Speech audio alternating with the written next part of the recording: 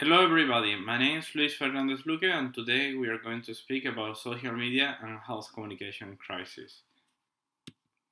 First of all, we will review a little bit what is social media, then what do we mean with crisis management, how we can detect and monitor those crises, and then we will focus in some cases on miscommunication. We will speak also a little bit about how to communicate and educate, benefit, challenge, and conclusions. All of this will be done from using a study case, the Ebola crisis. First of all, we will start speaking about social media. As you already know in this course, social media has been widely used in the health domain. Even health authorities like the CDC has made guidelines how to use social media for health communication, how to use YouTube, Flickr, Facebook for health communication. We shouldn't be so surprised if we take into consideration that already in the year 2007, the magazine Time said that the person of the year was you, meaning that you are using social media and everyday people, lay person have become major celebrities right now. Why this is happening? As you can see in this slide, global social media is extremely popular all over the world. Most of the most popular social media platforms are originally from the US, but you will see also some changes in Brazil. You have Urkut, and in Russia there are other networks, also in mainland China. This is something all over the world. You will notice also that in Africa there are not so many social media platforms, but the issue in there is that actually SMS and mobile phone have become the major channel, especially nowadays WhatsApp. There are many definitions of social media applied to health.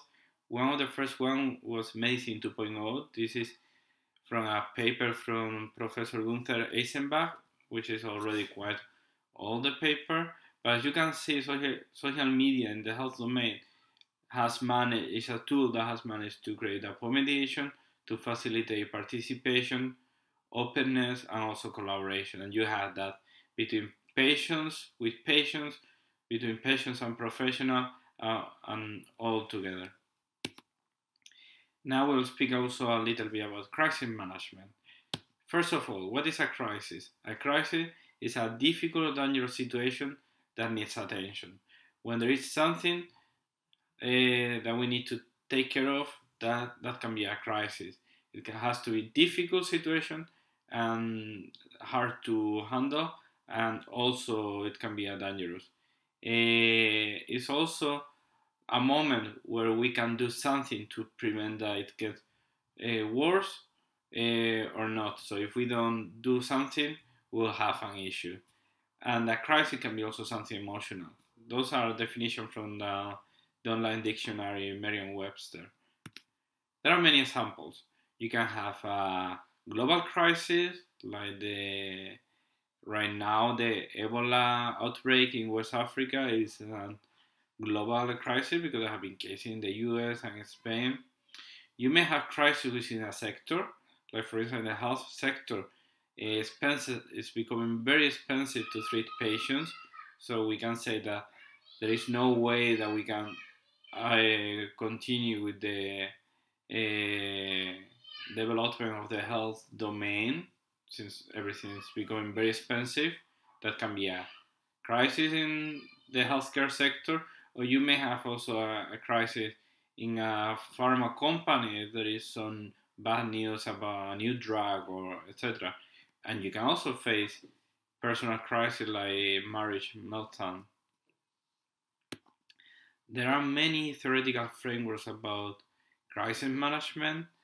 Pretty much all those frameworks that you can see in that slide, they have three periods where you have to do different things. Before the crisis, you need to monitor to try to identify the crisis, to detect those signals that a crisis is emerging, and also you need to do many things to try to prevent and to get ready for a crisis. For instance, one of the issues with the Ebola crisis in West Africa was that the healthcare system was not prepared to control an outbreak. As a result, the outbreak came out of control.